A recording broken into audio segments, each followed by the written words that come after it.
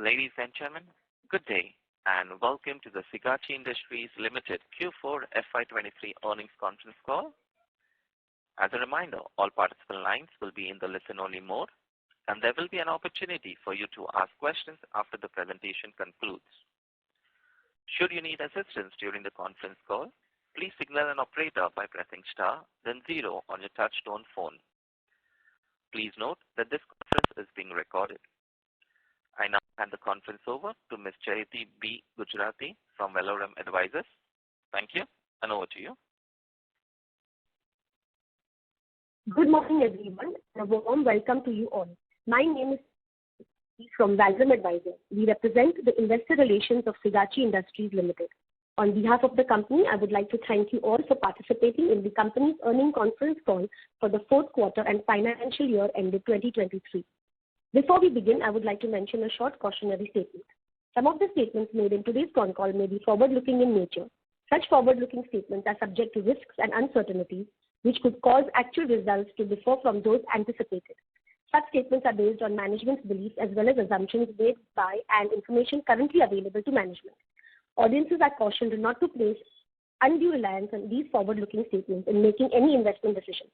The purpose of today's earnings conference call is solely to educate and bring awareness about the company's fundamental business and financial quarter under review. Now, I would like to introduce you to the management participating in today's earnings conference call and give it over to them for their opening remarks. Thank you, and over to you for Mr. Amit Raj Sinha, Managing Director and Chief Executive Officer, and Mr. O.S. Reddy, Chief Financial Officer, and Ms. Shreya Mitra, Company Secretary. Mr. Amit Raj Sinha, please take over. Thank you, Chetty. Very good morning, everybody. It's a pleasure to welcome you to the earnings conference call for the fourth quarter and the financial year ended 2023. In the interest of some of the people who are new to the company, let me first start by giving a brief overview of the company, after which Mr. O.S. Reddy, our CFO, will brief you on the financial performance for the quarter under review. Sigachi was incorporated in the year 1989. And today we are one of the leading manufacturers of microcrystalline cellulose in the world. Our company manufactures high-quality cellulose-based excipients, which predominantly find usage in the pharmaceutical, supplement, and the food industry. The company has created a niche in manufacturing highly innovative pre-formulated excipients and 60-plus widely used excipients of international quality standards, apart from offering customized solutions. From our state-of-the-art R&D facility, we ensure continuous innovation to efficiently meet evolving customer demands. We have 2 manufacturing facilities in Gujarat and 1 in Telangana, from where we ensure supply chain reliability for our customers in India and across the globe. Our total capacity of all these 3 facilities is more than 13,800 metric ton per annum, which we are further enhancing through our ongoing capex plans to 21,000 metric ton per annum. We at Sigachi have a global sales and distribution network exporting to more than 50 countries across Asia, Australia, the Americas, Europe, and Middle East. Now, I will request our CFO to give you a brief on the financial performance, after which I'll give you the operational highlights of the quarter. Over to you, CFO. Thank you, Mr. Sinha, and good morning, everyone.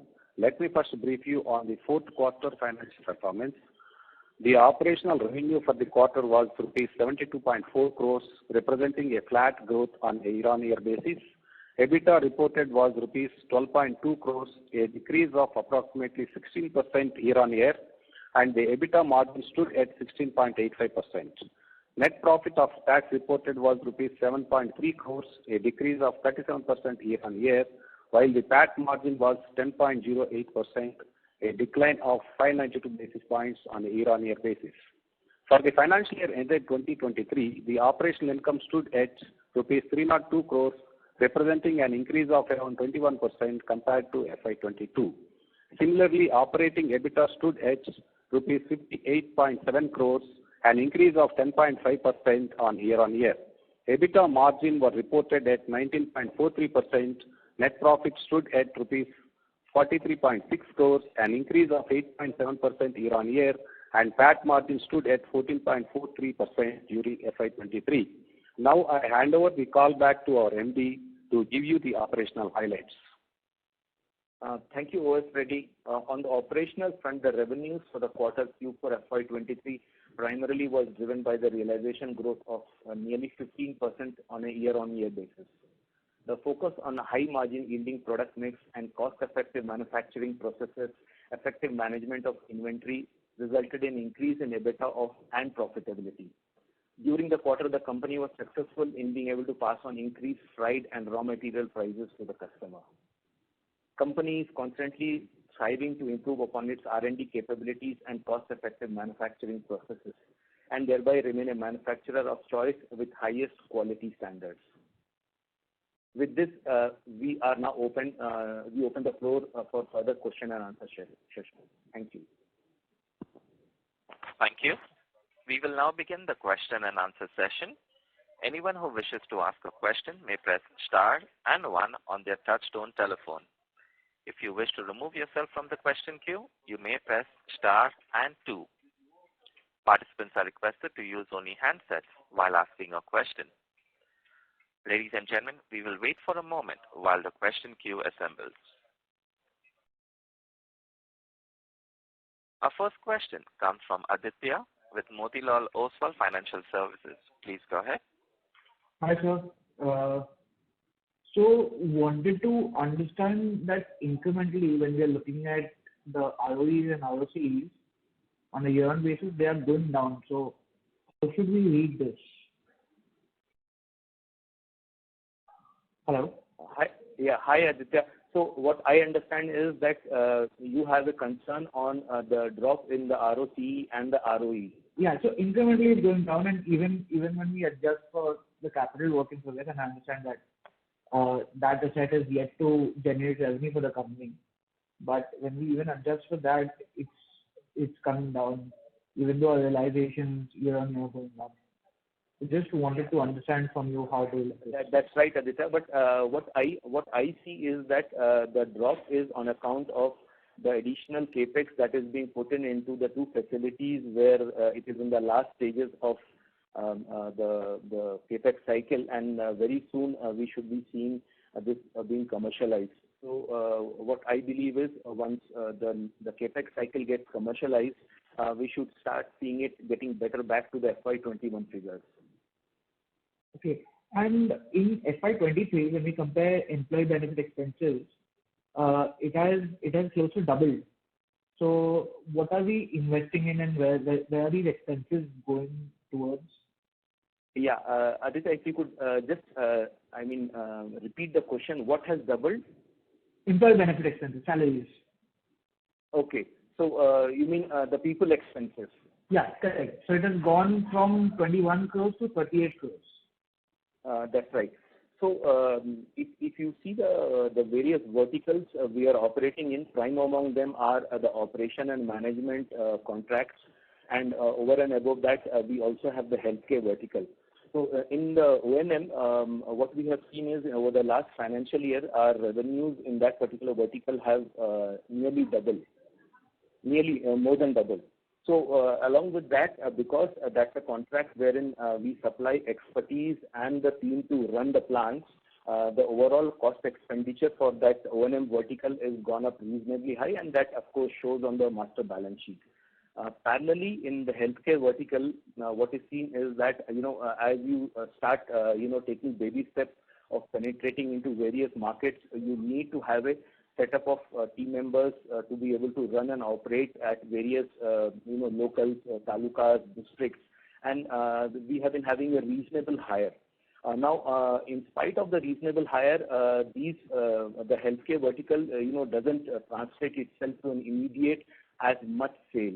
So we should see the sales going up in the current financial year, and it should definitely be better when compared to the people expenses vis-a-vis the top line. Got it. So also wanted to understand just one question before I go back to the question queue. Wanted to understand from you your strategy and when do we plan to launch cross-car OEM, because we had highlighted in the perspective that we'll start investing from FY22 and 23. And if I can understand the question correctly, Aditya, when do we plan to launch? I didn't get it. The CCS. cross-Carmelos? Yes, the cross-Carmelos. So the cross-Carmelos, at this moment, the application for the environmental clearance has been accepted by the Ministry of Environment and Forests, and it is under scrutiny there. What we believe is in the next 4 to 5 months, we should have the approval, and immediately with that, we should be commencing our civil works. And once the civil work commences, we should take an estimate 15 to 18 months before the commercial production starts, showing on the balance sheet. Got it. There are more questions. I will get back into the question queue. Thank you. Thank you. Thank you. Ladies and gentlemen, if you wish to ask a question, please press star, then 1. Our next question comes from the line of Meet with Nivshay. Please go ahead. Hello, sir. I'm audible? Yes, Meet, you are very much audible. Yes, sir. Sir, can you provide some guidance on or update on the capex side? CFO, would you be able to bring out the details? Yes. This capex we are incurring, the expansion is going on at our existing brown facilities in Sigachi and Dahej, the facilities. Once after this expansion, additional 7,000 metric tons per annum capacity will come into force. And almost this will come into operational from October FY23 onwards, coming October onwards. It will come. It is almost in the verge of completion. This is the status. Anything you would like to know more further? No, thanks. Second question is, what is our current realization? Could you please repeat the question? What is our current realization? Current realization is around, the average realization is 208, around 208.85. It is, we can say 209 rupees per kg. Can you repeat the figure? What is this? 209. 209. Okay. Yes. And what is the guidance for the revenue growth in FY24? Yeah, we hope this will continue because in FY23 we couldn't do much more because the expanded capacities didn't come into operational, and these are expected to come into operation from October onwards. Second and third quarter onwards, the revenues will, the total revenues will pick up, and the realizations also, and the growth rate will continue. Okay, so my last question is, revenue growth in FY23 was primarily driven by price growth. So any guidance for the volume? Correct. So any right. So any guidance for the volume growth in FY24? Yes, the expanded capacities are coming into force from October onwards. Right now, we don't have the capacities enough to sell more quantities. Almost we have achieved the complete at around 95% of utilization is we are running the capacity. And October onwards, the enhanced capacities also will come into force, and additional sales will happen. So capacity utilization for the new capacity will be around, can you guide for number? Yes. 7,000 is the total quantity, but initially in the first year, maybe around 30-35% utilization would be there. That's right. And over a period of 2 years, the 100% utilization will be there on expanded capacities also. Okay, sir. Thank you. Thank you, Meet. Thank you. Thank you. Our next question comes from Anirban Mana, an investor. Please go ahead. Yeah, thanks for the opportunity. So my question would be, what would be the revenue for FY24? The first question. So, Mr. Anil, what we expect ourselves is that we definitely see a top line growth averaging between 25 to 27%. So this is whatever is our current top line, we should be looking at a 25-27% growth in the coming FY. Okay, out of that, first 2 quarters would be muted and will grow up from quarter 3, right? That's right, sir. That's right. Absolutely. And my second question would be operating profit margin. What would be the margin in FY24? So that's a very difficult question to answer given the kind of volatility which is observed in the international market. What we see is that we are trying to get back to our EBITDA and margins what we're seeing in FY22. we are confident of getting back to those figures in the near term. Okay, FY22 means 21, around 21%. Yes, that's right. Oh, all right. Thanks. Thank you. Thank you. Ladies and gentlemen, if you wish to ask a question, please press star, then 1. Our next question comes from Munjal Shah, an investor. Please go ahead. Hello. Yeah. Hello. Yeah, am I audible? Yeah, audible. Yeah, thank you management for the opportunity. Sir, I have a couple of questions. Sir, the first question is relating to the gross margin. So, basically quarter on quarter as well as year on year, we are seeing that the gross margin has been around 56%. So, considering last 8 quarters, I think 56% is the gross margin we have. So, it's a top gross margin which we have achieved. So, any room for improvement in gross margin going ahead? That is the first question. Secondly, sir, the PAT margin has so basically the EBITDA margin and PAT margin have fallen down drastically. So there is a impact of 4% on the EBITDA margin and close to 6% on the PAT margin. So any chances of improving the margins going ahead and the rationale behind it? So these are my questions, and then I'll squeeze in a few more questions if I get the opportunity. Thank you. Yeah, thank you, Mr. Munjal. This gross margin, there is likely to be improved going forward because this is a combination of mix of the products. Definitely, we'll see there is an improvement in this. And EBITDA, coming to EBITDA and PAT margins, there is a decline because there are other new segments are there which we have invested lots of amount towards the fixed cost or revenue expenditure, whatever it's there. But the fruits are yet to come from those segments like OTC, generics, food, nutrition, all these things. And moreover, this even coming to PAT, there is an increase of the finance cost also. EBITDA anyway doesn't have an impact on that.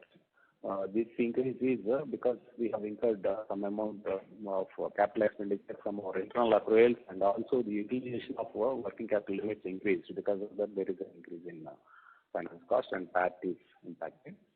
And going forward, we hope we'll maintain FY22 figures. We'll resume the figures of FY22. Okay. So other question. So when we are mentioning that apart from MCC, we are getting into different segments like generics. So basically, we said healthcare, and we also have O&M. So basically, are these segments on the same gross margins or EBITDA margins as our MCC business, or there'll be differentiating margin factors? There are little lower. Even O&M is good, but the other segments are little lower when we compare to MCC. But it is a volume game, and then that is an additional revenue from MCC. Even MCC, one more thing, we didn't have enough capacities to sell more units and get good margins. And that is anyway, whatever the additional profit it comes, that is behind the costs. And because of non-availability of capacities, we couldn't sell in FY23. In FY24, now October onwards, the enhanced capacities will come into force. That also will add to boost the EBITDA and PAT margins. Okay. So, sir, my next question is when we come to the product MCC. So, with the new additional capacities expected to come from October 2023. So, sir, do we have any orders on hand currently, and into which segments? Because I think we do 75% of business in pharmaceutical segment on an export level, and we were planning to push more into the food and beverages sector. So, any update on that, sir? Mr. Munjal, on this front, we don't really get upfront orders on hand on a very long-term basis. Our orders are usually 6 to 9 months forward-looking, and at this moment, we have comfortable orders to cater for the next 3 to 6 months. Now, in terms of percentage consumption of microcrystalline cellulose in the pharma and the nutraceutical industry vis-a-vis food, the consumption in the food is far lower than what it is in the pharmaceutical and the nutraceutical industry. Considering that, the overall dynamics of pharmaceutical is improving, we believe that by its very nature, it should be able to increase on an 8 to 10% annual. The pharma industry. Food should be much less. It should be 5 to 6% on an annual basis. We don't foresee any issues in capacity utilization ramp up as we commission our new capex. Mr. Munjal. Okay. Thank you, sir. So can we assume that the 7 crore profit in the quarter 4 would be the bottoming out of the profits going ahead with the quarters expected to come ahead? Because we had a huge employee expense which we have already booked in. That is close to 12 crores, 12.5 crores. So I assume that whatever team strength we need to build for the new businesses which we are adding in would have been incorporated. And going forward, probably if the operating leverage comes into play. So can we assume the same? This O&M, operational and management income, that is predominantly on manpower expenses would be there. And last year, FY22, our revenue was 13.2 crores, and FY23 it was 26.4. Almost it is doubled. And in coming years also it increases. And when this pie increases, then the fixed cost, employee benefit expenses also will go up. And the other segments also, generics or OTC, these segments also basically the manpower expenses will be higher. There is no other manufacturing facility kind of thing. This is only purely on marketing front. That's why the employee cost will be more when this revenue increases. This employee benefit expenses, whatever it is, there is an increase, that will commensurate with the revenue growth. So there will not be any. So, sir, my question was regarding that basically specifically, that we have incurred a cost of 12.5 crores in the quarter 4, right? So we assume that the team which we required to build in to penetrate the areas for different segments would have been on the book. So we assume that the cost related to the manpower would probably remain same in the quarters going ahead. If we are not adding in more team members, that was the first thing. Yes. And secondly, going ahead, I was just checking that if we can assume that the operating leverage, that the team which we have already hired will start getting in revenues for the company would come into the picture. Yes. So that was my other question to that. So these were my two questions for this particular thing. Mr. Munjal, what we see is we believe that the team members would start contributing and there will be an overall increase in the top line. There is no doubt on that. However, we all are there in the system wherein there are annual increments given, considering that there are, a team of 1,100 team members in Sigachi. The annual increment also gets effective 1st of April. And the top line, the jump in top line would, start trickling in towards the end of Q2 when the capex starts getting commercialized. We, however, believe that. Hello. Yes, sir. Yes. We, however, believe that it should start getting better. The Q4 we should be having a better quarter than what we had in the Q4, sir. Okay, so you're trying Q2 would be better than Q4. That is what you're trying to put forward. That's right. Okay, so the improvement in the financials from Q2 FY23 is it FY24? Sorry, is it correct in my understanding? So we also believe as much, sir. There are certain variables which are also not known to us, but we also believe that Q2 should start getting better than what the Q4 was of Q4 FY23 was. Okay. And sir, how are we seeing the response in our newer segments where we are pushing in our products? So how are we seeing the response in the market currently? So at this moment, Mr. Munjal, we are taking baby steps. We are showing in our presence across the markets, across the segments to the customers. So at this moment, our prime focus is to drive growth, to drive penetration, so that there is presence across all the retail outlets. And that's the focus, and we're not really looking at margin generation, because the margin generation in a B2C doesn't come in so quick. So focus at this moment is only growth. In the food and nutrition, we have gone beyond the small baby steps. We have commenced a reasonable level of exports. We are in discussions with a good number of distribution system and end customers across the globe to be testing our products, sampling our products.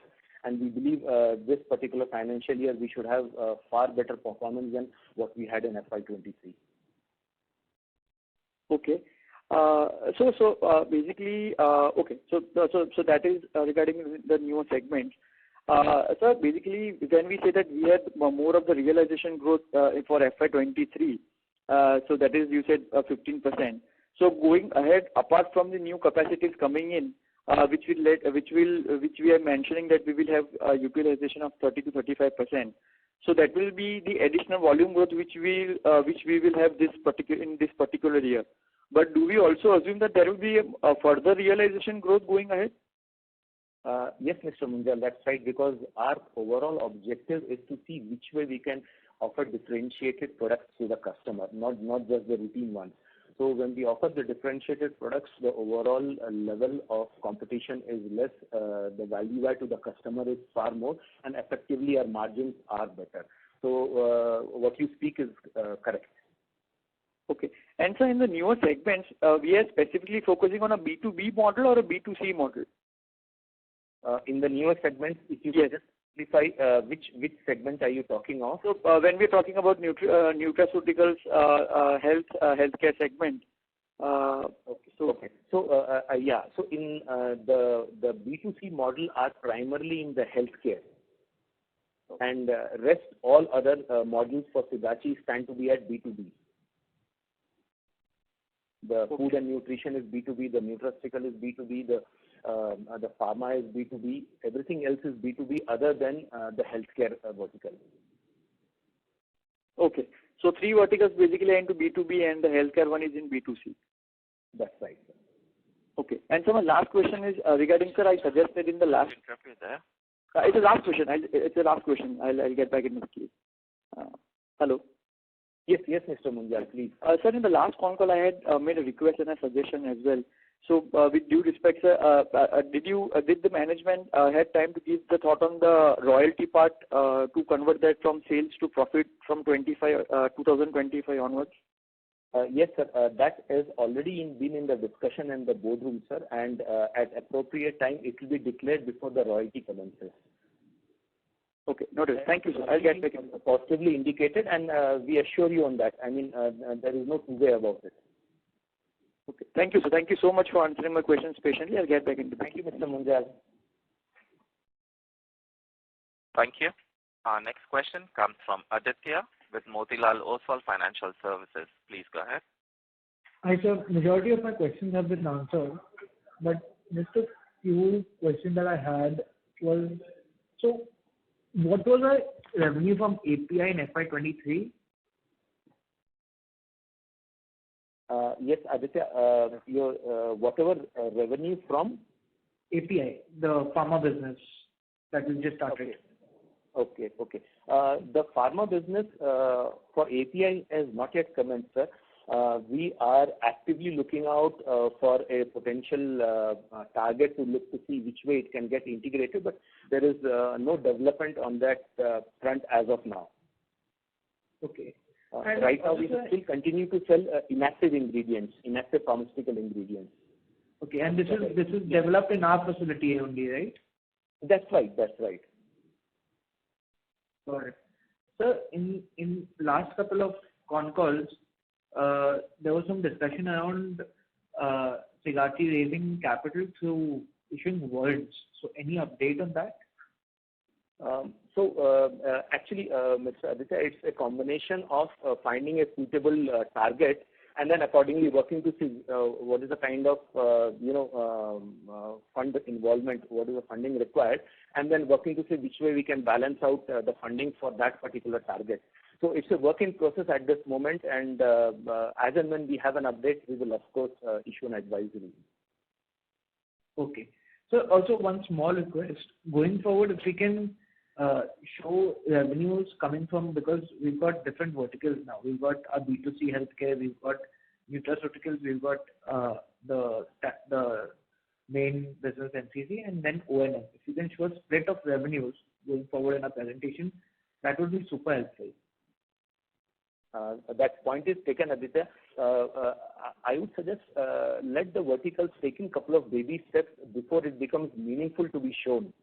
Because what I was saying that if you can show, because O&M is going at a fast pace, so MCC year on year I can see is that it's coming down from 97, 95, 90, it was 90% as of FY23.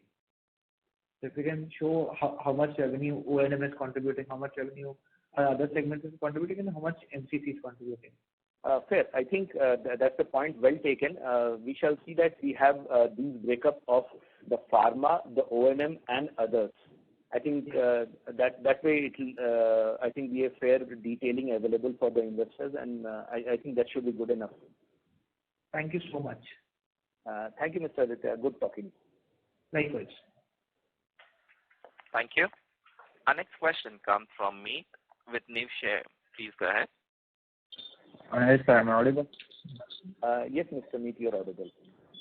Sir, we are seeing good PSC or EBITDA margin impacted due to new segment, and also our new capacity is coming, right, in Q2 or Q3. So we will need some more starting operational costs. So how we will maintain our EBITDA margin? मतलब 21% का guidance है. So how will maintain that? So, Meet, growth is a combination of certain short-term targets and long-term approach.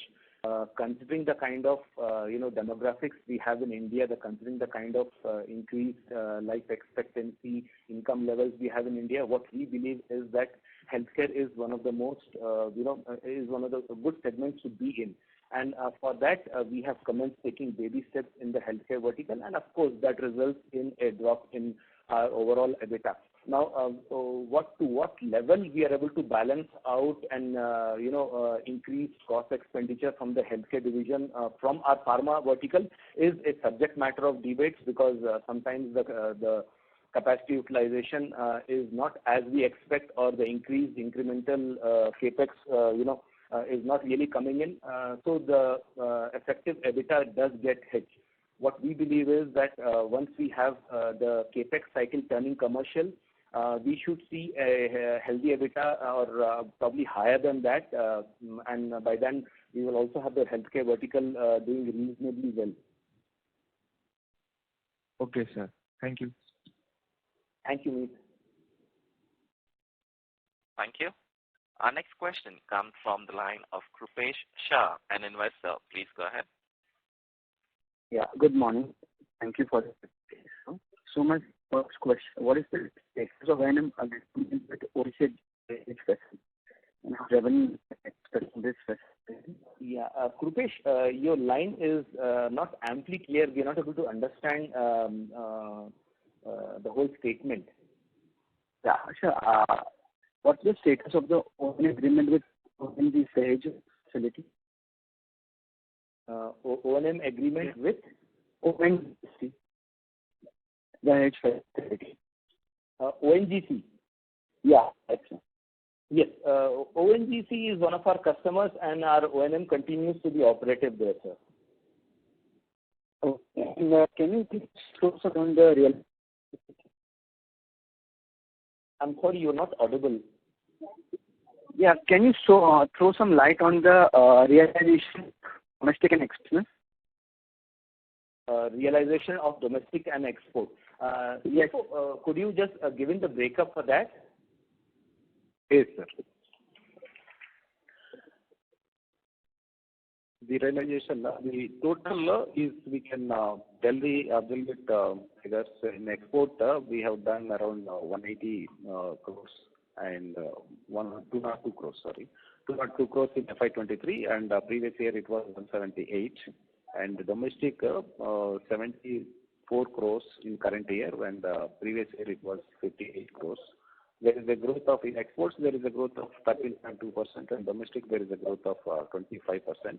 But coming to realization, export realization will be obviously high. That is around 20 to 25%. It is higher than the domestic. Okay, sir. It was very helpful. Thank you, sir. Thank you so much. Thank you. Thank you. Thank you. Ladies and gentlemen, if you wish to ask a question, please press star, then 1. Our next question comes from Stuti Shah, an investor. Please go ahead. First of all, good morning and thank you for hosting us. So my first question is in the line of what are the current utilization levels at all the 3 plants, and how shall this continue in the coming quarters? Yeah, Ms. Shruti, this annual utilization is right now, it is the Dahej plant, it is around 96%, and the Jagadia plant, it is 96.65%, and Hyderabad plant, it is 93%. Overall, it is 95% is there, and almost we have, now there are no additional capacity.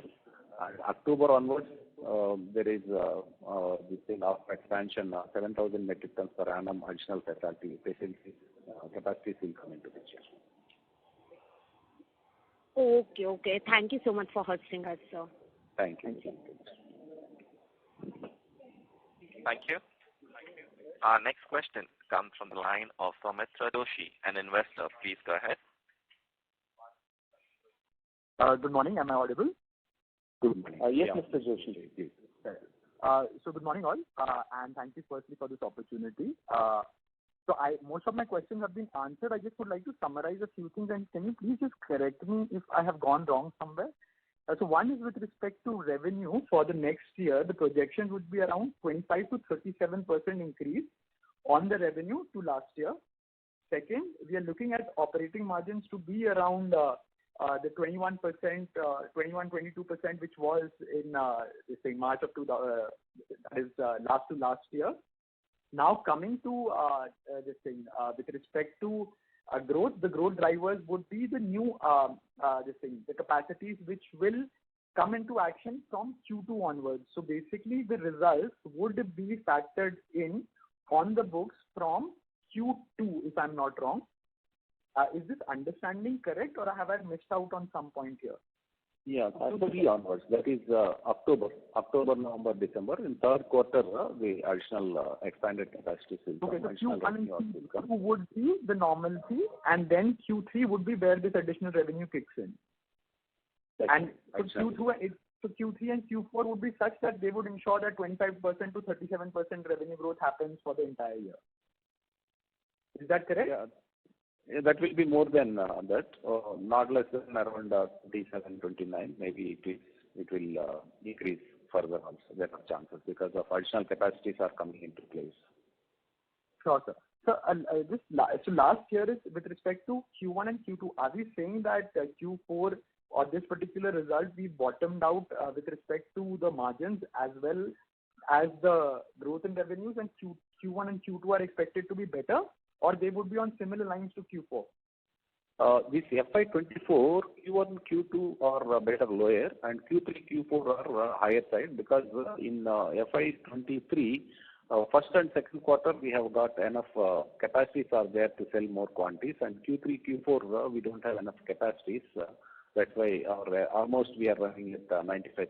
That is the operating capacity. And that's why there are the revenues and the EBITDA and PAT are a little lower in Q4. And coming to FY24, Q1 and Q2 will be a bit lower when we compare to Q3 and Q4, because Q3 and Q4 the expanded capacities will come into place. No, sir, my question was with respect to this Q4 of this year. Will Q1 and Q2 be on improvement lines, or they would be very similar to the current Q4? Mr. Joshi, because the expanded capacities would not really come into play, we believe it will be more or less muted growth. Okay, so they'll be on similar lines to Q4. The current results of quarter 1 and quarter 2 would be on similar lines, correct? Yes. Okay, thank you so much. Thank you. Thank you, Mr. Joshi. Thank you. Ladies and gentlemen, a reminder, if you wish to ask a question, please press star, then 1.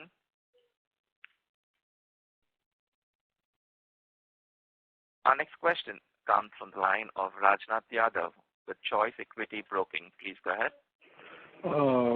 Good morning, everyone. Thanks for the opportunity. My question is related to the fundraising program. Normally, means a target, I believe our fundraising has been stalled because the target company has not been finalized. Am I correct?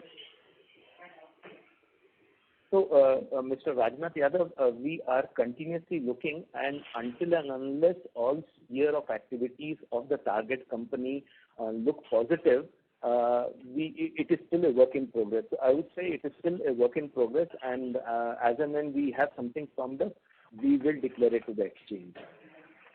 No, why I'm asking is that normally a company finds a target company and then go for private placement to raise funds. But in this case, it is means first we have identified the investors from where the fund will be coming, and then we are searching for a target company. So just wanted to understand what is the reason of first mentioning means some prominent names as an investor, and then still we are searching for a target company.